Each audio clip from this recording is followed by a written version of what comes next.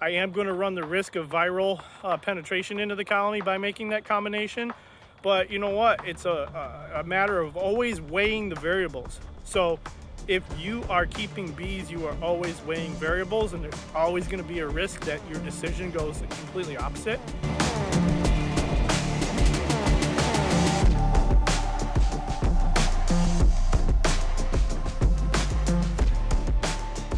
James Lee with James Lee's Bees. Check this out. The bee yard got mowed. It hasn't been mowed all season. I don't know why I'm excited about that, but maybe it's because of ticks and all the other vermin and skunks hiding in the bee yard when I get over here. And then I don't know where they're at, and I'm messing around with the stupid bees at night. It might get sprayed. There's like 5 or 6 skunks that live in this yard. It's absolutely ridiculous. But you know, a man's got to do what a man's got to do. Got a couple of beehives here that feel a little light when I tip them. Not super excited about their weights when I took them. But I did manage to come back here and shim a couple of them and put some boxes on top so I can add feeders. And the dilemma that causes for me right now with the cold nights is there's extra condensation buildup in the colony without the foam insulation on the top of the boxes. So I am putting insulation on the top of the box that's over the shim where the feeder is. And I'll show you that here in a good example with a rock that I can actually lift here. Take it off. And I'm not wearing a veil, so I'm probably gonna get popped. Let's see what we got going on down there. All right, everybody's quiet. Yep. So we'll remove this feeder jar, refill it, and pop it back in there. And because there was foam over the top of the box, there's no condensation on the inside here. And anything that would cause condensation between the top and the bottom is limited because it's insulated on the top and the cool air isn't hitting a cold or the hot air is not hitting a cold surface and causing droplets. All right, so I'm gonna put some more juice in the jar.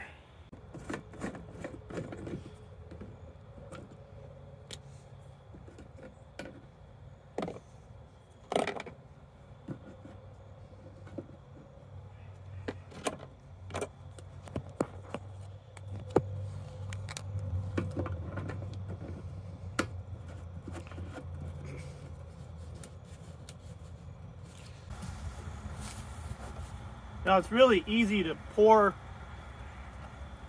the sugar water into the jar this way instead of over top of the colony, because then I don't have to worry about spilling it over top of the colony. I fill the jar almost all the way to the top. Now I am running it tight and risking additional issues with robbing and yellow jackets, but because these are light and I'm apprehensive about having to come back and feed them sugar bricks in the spring, even though I likely will probably do it anyways because I'll still be apprehensive no matter what I do with the bees, this will at least help me think that I can sleep at night for the next couple of months. Probably not.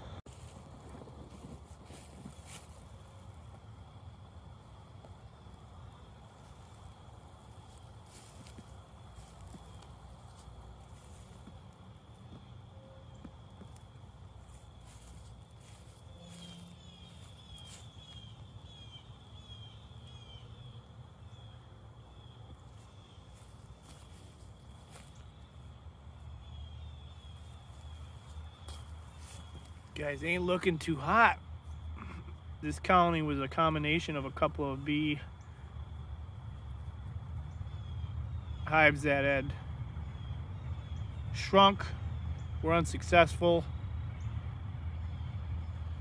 or were suffering some serious mite damage, and they were given a new queen. Not feeling uber confident about this colony, not looking very strong. See what I did there?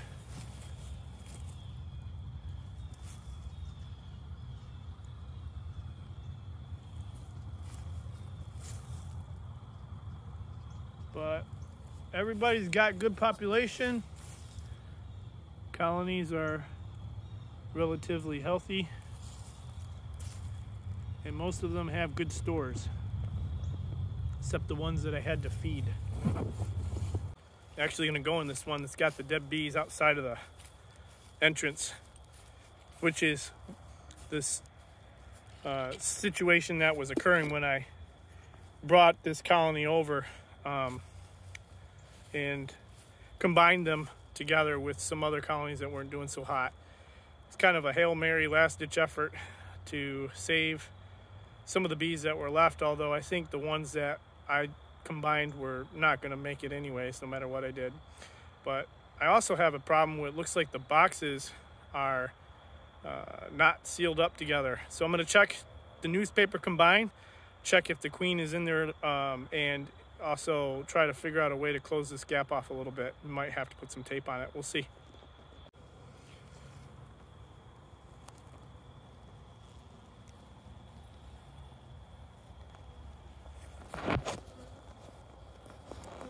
They're not happy with me at the moment, that's for sure.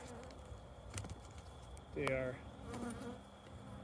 popping me in the veil, and I am not using smoke. But for some reason, something's keeping these two boxes from closing up together pretty tight.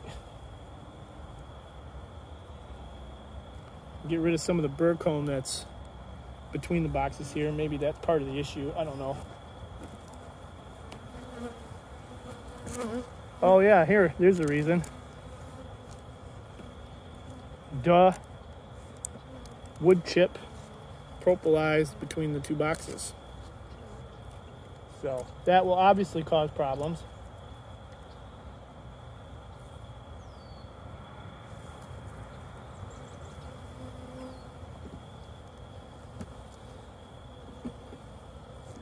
Stores are not looking really good on this colony. I might be making a mistake by not feeding them.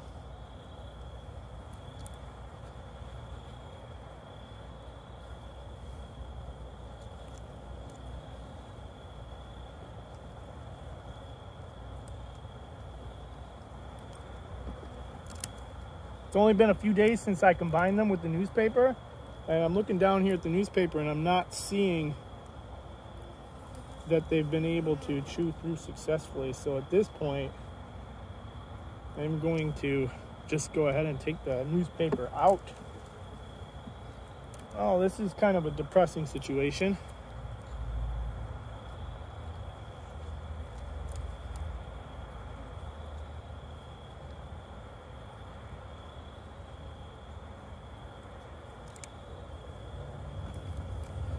Not seeing Queenie readily or immediately.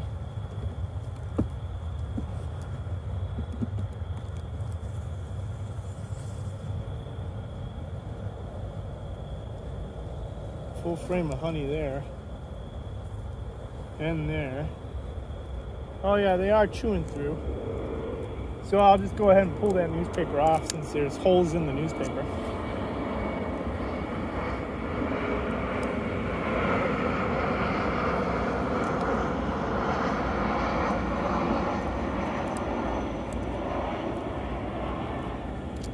This is a colony that's probably going to need a lot of propping and a lot of help.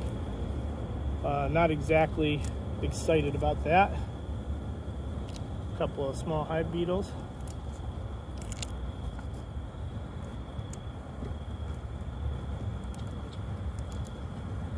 I bet you she's in the top box I just pulled off.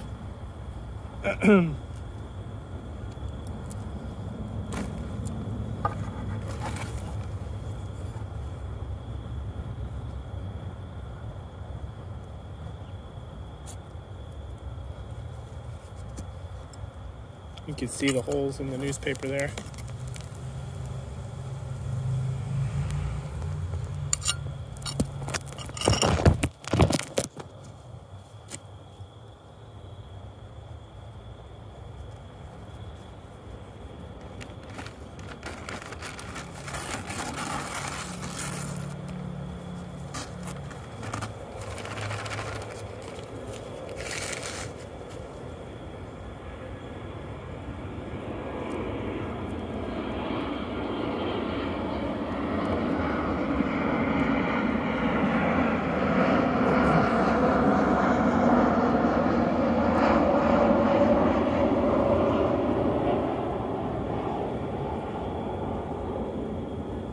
There's capped brood in here. And there is fresh brood. So she's still laying. And she may have found her way down into this bottom box here. Or I just don't remember where I put her. I think I put her on the bottom.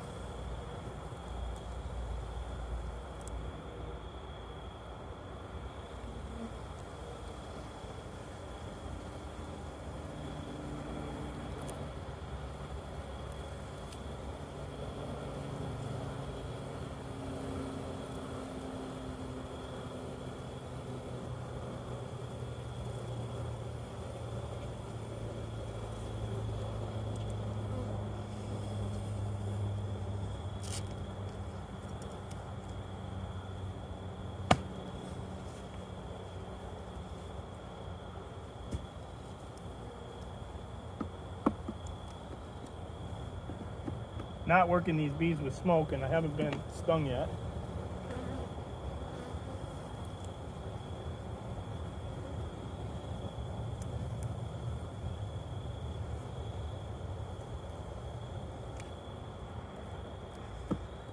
The queen is marked, so it should be easy to see. But, you know, I never find the queen when I'm looking for her, so.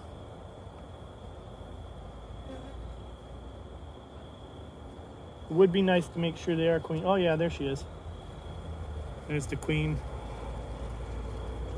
If you could see her, right down there. And now she's hiding.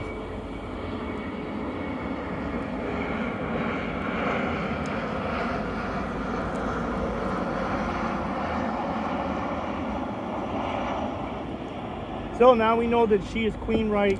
They haven't killed her from the combining. We could go ahead and put everything back together, and then I can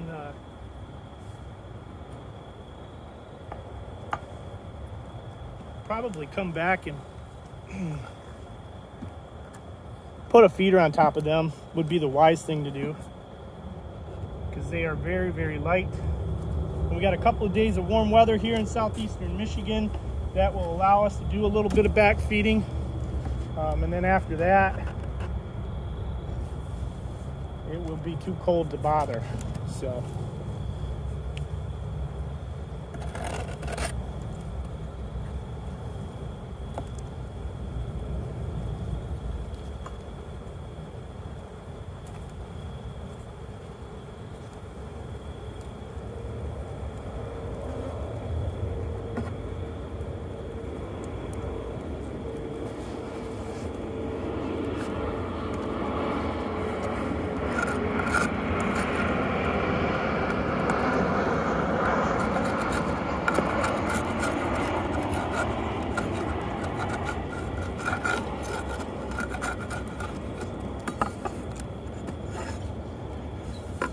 still doesn't want to fit very well.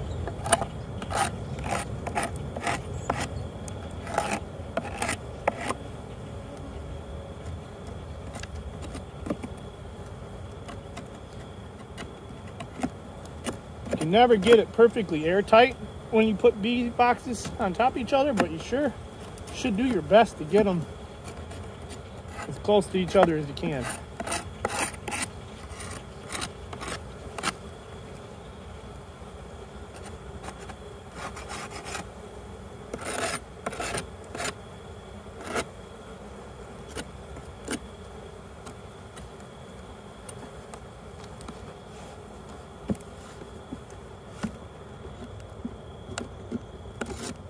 Ah,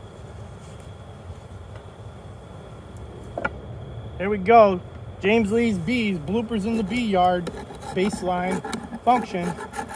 Nothing ever goes the way that you want it to go. At least never goes the way I want it to go. That would be way too convenient. And my life and my beekeeping is never convenient. All right, ain't good enough for my house. Hopefully it's good enough for their house.